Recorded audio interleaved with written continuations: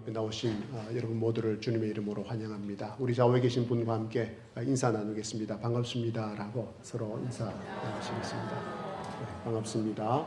반갑습니다.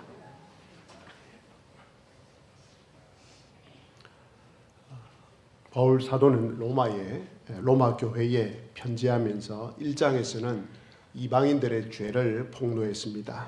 1장 29절 말씀입니다. 곧 모든 불의, 추악, 탐욕, 악의가 가득한 자요, 시기, 살인, 분쟁, 사기, 악독이 가득한 자요, 수군수군하는 자요.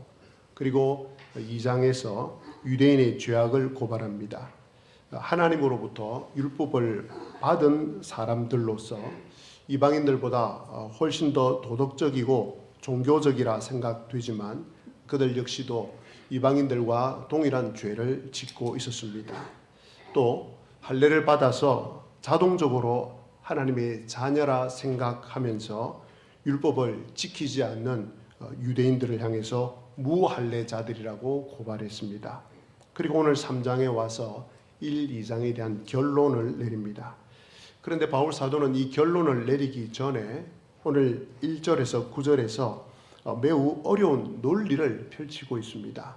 성경에서 아주 어려운 구절 중에 하나입니다. 2장에서 바울 사도는 유대인들이 율법을 받은 유일한 민족이지만 율법을 행하지 않아서 그들 역시도 죄인이라고 말을 했습니다. 또 그들이 받은 그 형식적인 할례는 죄를 용서받고 의인이 되는 일에 아무런 소용이 없다고 말했습니다. 그래서 바울 사도는 지금까지 그 이야기를 해놓고 유대인들에게서 생길 수 있는 질문, 즉 유대인들이 죄인임을 고발하자 그 이야기를 들은 유대인들로부터 들을 수 있는 질문을 던지고 그 질문에 대해서 답변을 합니다. 어떤 학자들은 실제로 유대인들이 바울 사도에게 이런 질문을 했다고 말하는 학자도 있습니다. 중요한 것은 어떤 질문과 어떤 답이 나오느냐 하는 부분입니다. 한번 잘 들어보시기 바랍니다. 첫 번째 유대인들의 항변입니다. 3장 1절에 그러면 유대인의 나음이 무엇이며 할례의 유익이 무엇이냐. 앞에서 바울 사도는 율법을 받은 유대인들의 죄를 고발했습니다. 할례를 받아 놓고도 죄를 지으면 무할례자가 된다고 말했습니다. 유대인들도 이방인들과 똑같은 죄인이라고 고발했습니다. 그러자 유대인들이 이렇게 말합니다. 그러면 하나님으로부터 율법을 받은 우리 유대인들의 특권이 무엇이냐? 우리가 할례를 받았는데 할례가 주는 유익이 무엇이냐? 할례가 무슨 유익을 가져다 주느냐라고 항변을 한 것입니다. 그 항변에 대해서 바울 사도가 답변을 해줍니다. 2절에 범사에 많으니 우선은 그들이 하나님의 말씀을 맡았음이니라. 즉 할례와 율법이 주는 유익이 모든 면에서 많다고 합니다. 바울 사도는 유대인에게 주어진 그 율법의 특권, 할례 특권을 부인하지 않습니다. 그것이 놀라운 특권임을 인정합니다. 하지만 바울 사도가 인정하는 이 말에서 하고 싶은 말이 무엇입니까? 맞다. 당신들은 하나님의 말씀을 맡은 백성이다. 그 특권을 받았다. 그런데 왜 당신들은 이 말씀대로 살지 않느냐? 이방인과 똑같이 이방인들보다 더 나쁜 죄를 짓고 사느냐라고 말을 하고 있는 것입니다. 자, 두 번째로 또 유대인들이 이런 항변을 하는 것입니다. 하나님께서는 우리 유대인들을 택하시고 하나님의 언약의 도구로 하나님의 약속을 성취시키는 도구로 우리를 쓰고 계신다. 그런데 우리 유대인들이 율법을 지키지 않아서 하나님께서 우리 유대인들을 버리신다면 하나님의 언약은 어떻게 되겠는가? 하나님의 그 언약이 무효화되지 않겠는가? 자, 그렇다면 유대인들을 통해서 언약을 성취하시겠다고 말씀하신 그 하나님의 신실성에 문제가 생기지 않는가? 즉 유대인들을 통하여서 그 언약을 끝까지 지켜가시겠다고 말씀하신 그 하나님의 신실함이 훼손되지 않겠는가라는 항변을 한 것입니다. 이 항변의 속뜻이 무엇입니까? 하나님은 약속의 신실한 분이니 우리가 율법을 받았고 할례를 받았으니 우리가 율법에 신실하지 못해도 하나님께서는 끝까지 우리에게 신실할 것이다. 즉 우리에게 진노하지 않을 것이다 라는 이야기입니다. 여기에 대해서 바울 사도가 뭐라고 답변을 합니까? 이스라엘 백성들이 불순종한다고 해서 하나님의 언약이 성취되는 그 일에는 문제가 생기지 않는다고 답변합니다. 언약을 끝까지 지키시는 하나님의 그 신실함은 폐하여지지 않는다고 말합니다. 오히려 이스라엘의 불순종에도 불구하고 하나님의 구원 계획은 하나님께서 끝까지 이루어 가실 것이라고 말합니다. 그게 3절입니다. 어떤 자들이 믿지 아니하였으면 어찌하리요? 그 믿지 아니함이 하나님의 미쁘심을, 이 미쁘심이라는 단어는 신실하심, faithful이라는 뜻입니다. 믿지 아니함이 하나님의 신실하심을 폐하겠느냐라고 대답합니다. 즉 이스라엘 백성들이 율법을 받은 이스라엘 백성들이 하나님을 믿지 않는다 해도 하나님은 당신의 언약을 지켜가시는 일을 결코 폐하는 일이 없이 끝까지 지켜가신다는 뜻입니다. 자, 이렇게 바울 사도가 답변을 하자 유대인들이 아주 기가 막힌 궤변을 늘어놓습니다. 그 말씀이 5절입니다. 그러나 우리 불의가 하나님의 의를 드러나게 하면 무슨 말 하리요? 5절 이 말씀이 궤변인데요. 이 궤변이라는 것은 아주 잘 들어야 이해를 할 수 있습니다. 한번 잘 들어보시기 바랍니다. 유대인들이 지금 하는 질문이 이것입니다. 우리 유대인들이 율법에 불순종한 것 때문에 하나님의 신실하심이 드러났다면 우리의 악함이 하나님께 쓰임을 받은 것이지 않습니까? 우리의 그 불순종이 하나님의 의를 드러나게 한 것이니까 우리가 하나님의 도구로 쓰임을 받고 있지 않습니까? 우리가 하나님의 도구로 쓰임을 받고 있는데 어찌 하나님께서 우리 유대인들을 심판할 수 있겠습니까? 라는 말입니다. 유대인들이 율법을 어겼어요. 죄를 지었어요. 자, 그런데 그 유대인들을 통하여서 하나님의 언약이 깨어지느냐 하면 그렇지 않고 유대인들이 죄를 범하였지만 하나님은 하나님의 약속과 하나님의 언약을 끝까지 지켜나가실 것이라고 말씀하셨어요. 그 이야기를 듣고 유대인들이 하는 말이 우리의 그 악함, 우리의 불순종으로 인해서 하나님의 신실하심이 드러났으니까 언약을 끝까지 지켜나가신다는 그 하나님의 신실하심이 드러났으니까 우리가 하나님의 도구로 사용된 것 아니냐. 만일 하나님의 의를 드러낸 우리 유대인들을 심판한다면 유대인들을 도구로 사용한 그 하나님이 불의한 분 아니냐라는 뜻입니다. 자, 그런 유대인들에게 바울 사도가 대답합니다. 5절과 6절입니다. 그러나 우리 불의가 하나님의 의를 드러나게 하면 무슨 말 하리요? 내가 사람의 말하는 대로 말하노니 진노를 내리시는 하나님이 불의하시냐? 결코 그렇지 아니하니라. 만일 그러하면 하나님께서 어찌 세상을 심판하리요? 무슨 뜻입니까? 유대인 너희들이 말하는 그 궤변대로 하나님께서 불의하시면 하나님은 결코 세상을 공의로 심판할 수 없는 분이라는 뜻입니다. 자, 이 궤변을 가지고 예를 하나 들어보겠습니다. 자, 이 유대인들의 궤변대로라면 가롯 유다 아시죠? 가롯 유다가 반역을 해서 예수님을 십자가에 못 박게 했다면 가롯 유다는 공을 세운 것이 맞죠? 예. 바로 이 궤변입니다.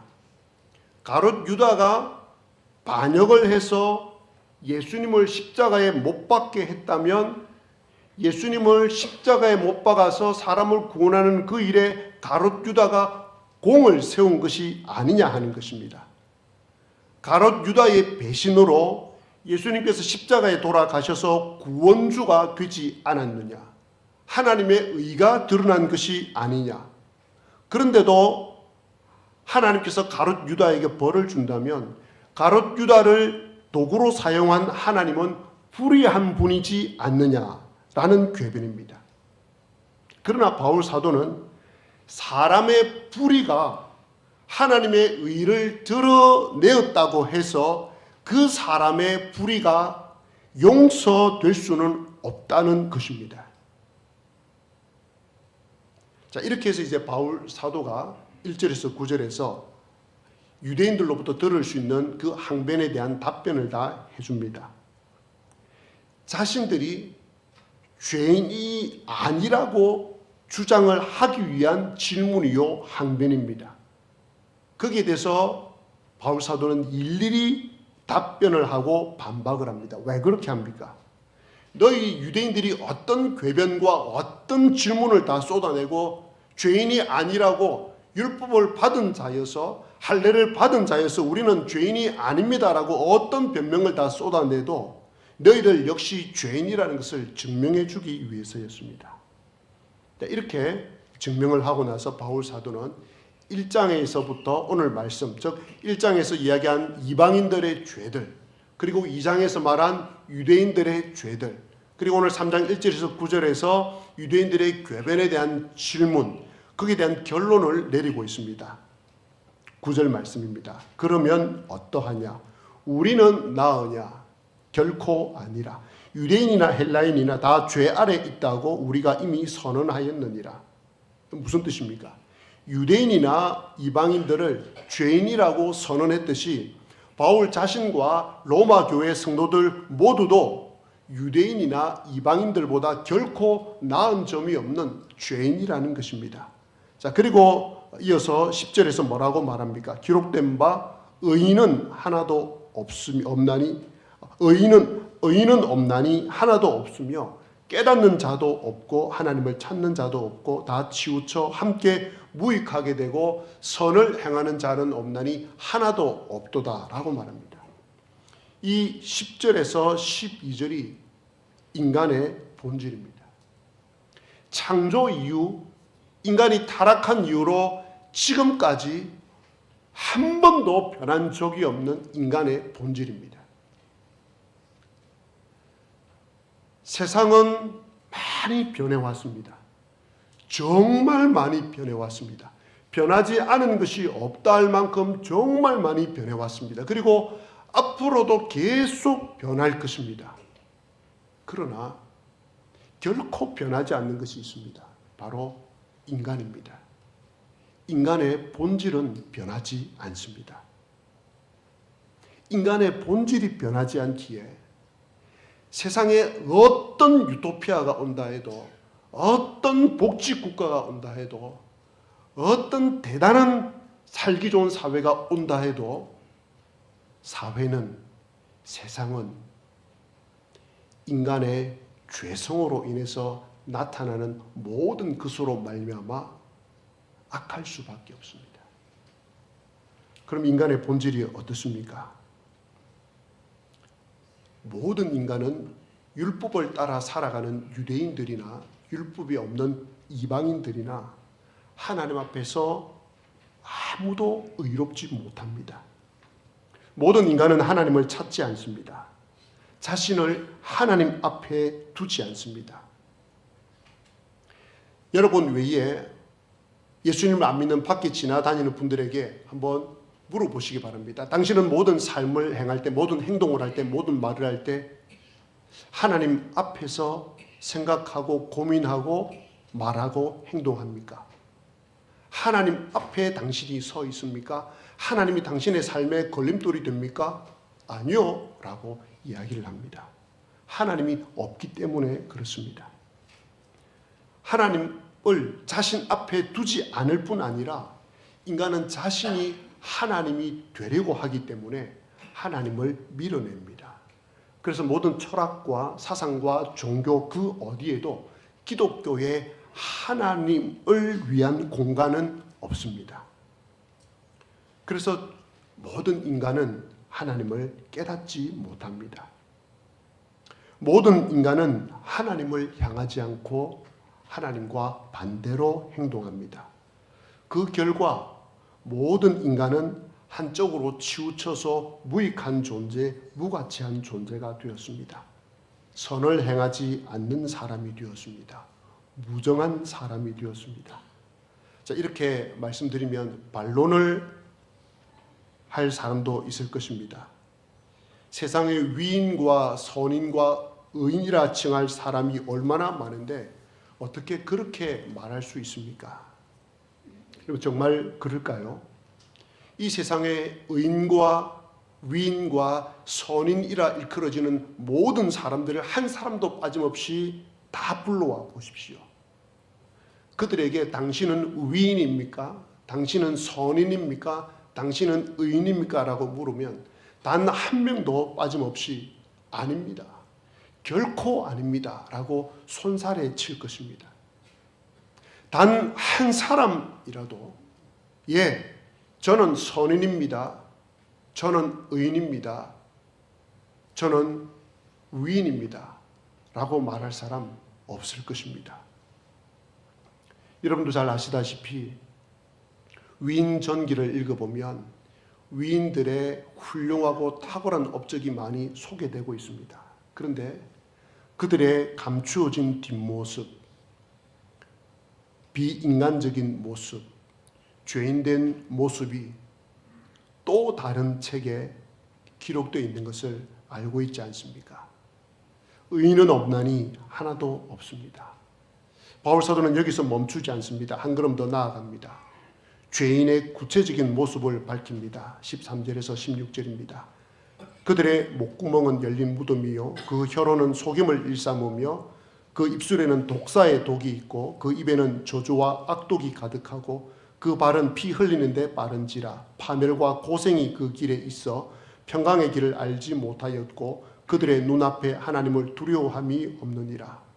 바울 사도는 죄인된 인간의 모습을 밝혀주면서 13절과 14절에서는 말과 관련된 죄악을 그리고 15절에서 18절까지는 행동과 관련된 죄악들을 드러내고 있습니다. 바울은 먼저 말과 관련된 인간의 죄인됨, 죄성을 드러냅니다. 왜 바울 사도는 말과 관련된 죄를 먼저 드러내겠습니까? 잘 아시다시피 말은 마음의 거울이기 때문입니다. 사람은 마음에 가득한 것을 입으로 드러낸다고 우리 예수님께서도 말씀을 하셨습니다. 바울 사도는 말이 나오는 목구멍을 뭐라고 이야기합니까? 열린 무덤이라고 표현합니다. 열린 무덤. 혹시 열린 무덤을 가보시거나 경험한 적이 있습니까? 우리나라의 무덤 상황은 이스라엘과 좀 달라서 이것이 가져다주는 그 느낌이 확연하게 다가오지는 않지만 그래도 상상을 해보시면 가능할 것 같습니다. 시체가 썩어가면서 악취를 풍기는 그 냄새, 바로 그 무덤, 바로 그와 똑같은 것이 사람의 말이 나오는 목구멍이라고 이야기를 합니다. 자, 그런 목구멍으로부터 말이 나오니 사람의 입에서 나오는 말이 악취가 될 수밖에 없습니다. 여러분 자신과 여러분의 옆에 있는 사람들이 하는 말을 들어보면 오늘 하나님께서 바울 사도를 통해서 들려주시는 이 죄인됨의 모습을 우리는 시인하지 않을 수 없습니다. 로마서 1, 2장에서 언급했듯이 저와 여러분은 수근수근거리는 말, 비방하고 시기하는 말, 불평불만하는 말, 정죄하고 판단하는 말, 미워하고 중상모략하는 말, 겉과 속이 다른 말, 분노하는 말, 무정한 말, 무자비한 말을 얼마나 많이 하고 살았으며 지금도 하고 있습니까? 겉으로 내뱉지 않았다 하더라도 이런 악취나는 말을 마음속에 품은 일은 또한 얼마나 많습니까? 그러므로 의인은 없나니 하나도 없습니다. 자, 그다음 바울 사도는 행동의 죄악을 고발합니다. 그것을 발 혹은 피로 표현을 합니다. 15절과 18절입니다. 그 발은, 즉 죄인의 발은 피 흘리는데 마른지라 파멸과 고생이 그 길에 있어 평강의 길을 알지 못하였고 그들의 눈앞에 하나님을 두려워함이 없느니라. 사람들이 하는 행동을 보시기 바랍니다. 사람들이 피 흘리는데 얼마나 빠른지 모릅니다. 크고 작은 전쟁과 폭력을 통해 드러난 인간의 잔인성을 아시지 않습니까? 그런데 이 표현은 꼭 전쟁과 폭력으로 인한 그런 살인, 잔인성에 국한되지 않습니다. 인간에게서 나오는 모든 잔인성을 표현하는 말입니다. 다른 사람들의 피를 흘리는 일들이 어떤 일들이 있습니까? 때리거나 전쟁을 하거나 폭력을 일삼는 것 외에도 다른 사람의 피를 흘리는 것과 같은 그런 일들을 우리는 행합니다. 다른 사람들의 마음을 폭행하고 다른 사람들의 마음을 아프게 하고 상처를 주고 정신적 고통을 주고 잠 못 들게 하고 트라우마를 가져다 줍니다. 혹 나는 다른 사람에게 그렇게 심한 행동을 한 적이 없습니다 라고 말하고 싶은 분이 계십니까? 바로 그것이 더 큰 문제입니다. 내가 상대방에게 그런 상처를 주지 않았다고 생각하는 것이 죄의 아주 본질적인 문제입니다. 상대방은 그런 나 때문에 얼마나 큰 고통과 상처 속에 살아가는지 모릅니다. 아마 제가 여러분 한 분 한 분을 세워서 다른 사람들로부터 상처받은 것, 그래서 고통받고 눈물 흘리고 잠 못 든 일을 한번 여기서 이야기해 보세요 라고 하면 아마 저와 여러분들은 깜짝 놀랄 것입니다.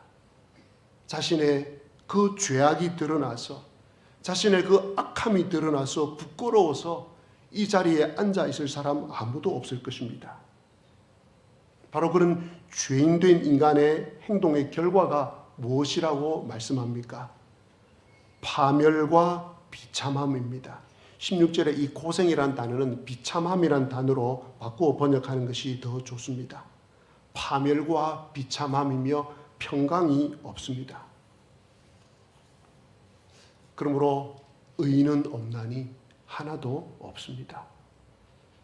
바울 사도는 18절에서 인간이 죄를 짓는 확실한 이유를 설명합니다.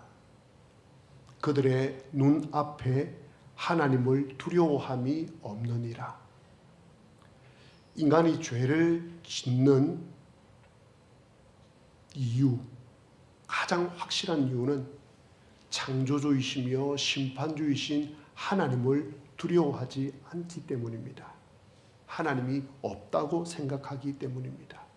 그래서 인간은 하나님이 없어야 자기 마음대로 죄를 지을 수 있기 때문에 인간이 타락한 이후로 지금까지 인간은 하나님은 존재하지 않는다라는 것을 모든 것을 다 끌어모아서 주장을 합니다. 뒤엎으려고 합니다. 그러나 단 한 번도 하나님의 존재 증명이 거부된 적은 없습니다. 하나님이 존재하지 않는다는 것이 정설로 받아들여진 적이 없습니다. 언제나 주변에서 많은 사람들이, 많은 학자들이, 많은 사상가들이 하나님이 살아계시지 않는다고 주장해 왔지만 그것이 큰 물줄기가 된 적은 없습니다. 창조 이래로 지금까지 많은 사람들, 모든 사람에게 있어서 언제나 하나님은 존재하는 분이라고 인정되어 왔습니다. 그랬기에 많은 사람들이 계속해서 거기에 흠집을 내려고 하는 것입니다. 그래서 시편 기자는 이렇게 말합니다. 시편 14편 1절에서 3절입니다. 어리석은 자는 그의 마음에 이르기를 하나님이 없다 하는도다. 그들은 부패하고 그 행실이 가증하니 선을 행하는 자가 없도다. 여호와께서 하늘에서 인생을 굽어 살피사 지각이 있어 하나님을 찾는 자가 있는가 보려 하신즉 다 치우쳐 함께 더러운 자가 되고 선을 행하는 자가 없으니 하나도 없도다. 의는 하나님의 율법을 온전하게 지키는 삶을 말합니다. 하나님께서 사람에게 바라시는 삶을 영위하는 것을 의라고 이야기합니다. 자, 그러면 이 하나님의 의에 합격할 사람은 아무도 없습니다. 그래서 의인은 없나니 하나도 없습니다. 만일 오늘 말씀을 들으시면서 자신이 죄인임을 깨닫지 못했다면 유대인들처럼 눈이 멀어 있는 사람입니다.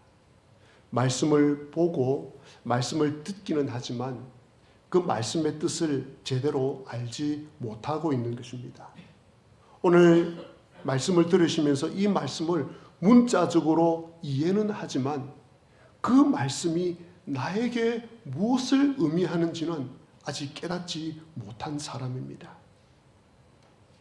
오늘 말씀을 들으시면서 인간에게 나타난 이런 죄성, 이런 죄에 대한 설명을 거부하고 싶다면 그분은 아직 신자가 아닙니다.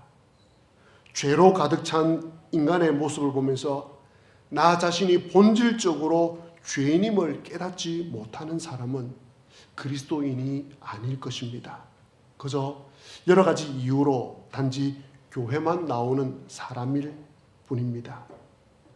하나님께서 그런 분들에게 오늘 이 시간 지식적으로 문자적으로 그래 저 설교를 듣고 보니 사람은 다 죄인이지 꼭 저 설교가 아니어도 나를 봐도 그렇고 책에서 봐도 그렇고 사람은 다 죄인이야.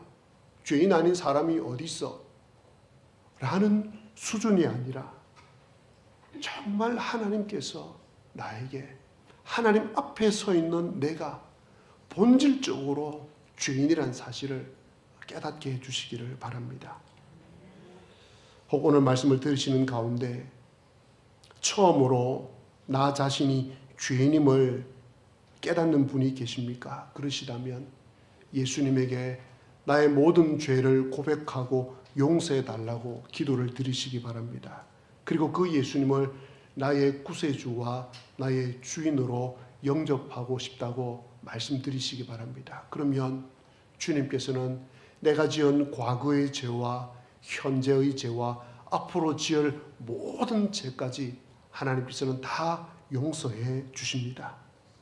바울 사도가 로마 교회에 기독교 진리에 대한 이 편지를 쓰면서 1장에서 3장까지 이 서론에서 의인은 없나니 하나도 없다는 이 사실을 논증하기 위해서 이렇게 길게 이야기한 이유가 무엇입니까?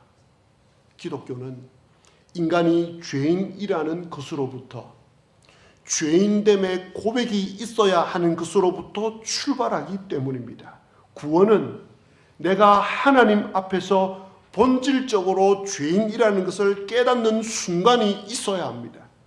내가 본질적으로 진노의 자녀라는 것에 대한 깨달음이 있어야지 구원이 가능합니다. 그렇지 않으면 그 사람은 구원을 받지 못한 사람입니다. 왜냐하면 예수님께서는 이 땅에 죄인을 불러 회개시켜 구원하러 오셨기 때문입니다. 또한 이 시간 자신의 죄인됨을 고백하고 모든 죄를 용서받고 그리스도인으로 살아가시는 분들이 계십니까? 그렇다면 죄에서 용서받은 죄인으로 살아가는 삶의 모습이 겉으로 드러나야 하지 않겠습니까? 내가 어떤 죄인이었고 지금도 어떤 죄를 짓고 있는 죄인이라는 사실을 깨닫는 그리스도인이라면 어떻게 살아가겠습니까? 상대방의 허물과 잘못과 실수를 보고 용서해 주려고 하지 않겠습니까? 내가 본질적으로 죄인임을 깨닫는 사람, 그 사람은 언제나 자신의 눈 안에 들보와 같은 큰 죄가 있다는 것을 압니다. 들보는 잘 아시는 대로 석가래 혹은 기둥을 말합니다. 이런 기둥과 같은 큰 죄가 내 안에 있다는 것을 압니다. 그래서 상대방의 눈에 있는 그 티끌과 같은 죄를 보고 정죄하거나 판단하는 일을 하지 않으려고 할 것입니다. 때로 연약하여서 다른 사람들의 잘못이나 죄에 대해서 비난하고 정죄했다면 하나님 앞에 정말 마음이 아파서 회개하게 될 것입니다. 또한 죄를 용서받은 그리스도인들은 나의 모든 죄를 용서해 주시고 나를 구원해 주신 그 하나님의 은혜를 감사하고 찬양하며 살아가려고 할 것입니다. 말씀을 맺겠습니다. 하나님 앞에서 의인은 없으며 하나도 없습니다. 오직 예수 그리스도를 통해서만 죄를 용서받고 구원을 얻을 수 있습니다. 오늘 이 자리에 하나님께서 주시는 구원의 은혜가 넘쳐나기를, 또 구원받은 백성들이 그 죄 용서로 말미암은 하나님에 대한 감사와 찬양이 풍성하게 되기를 주님의 이름으로 기원합니다.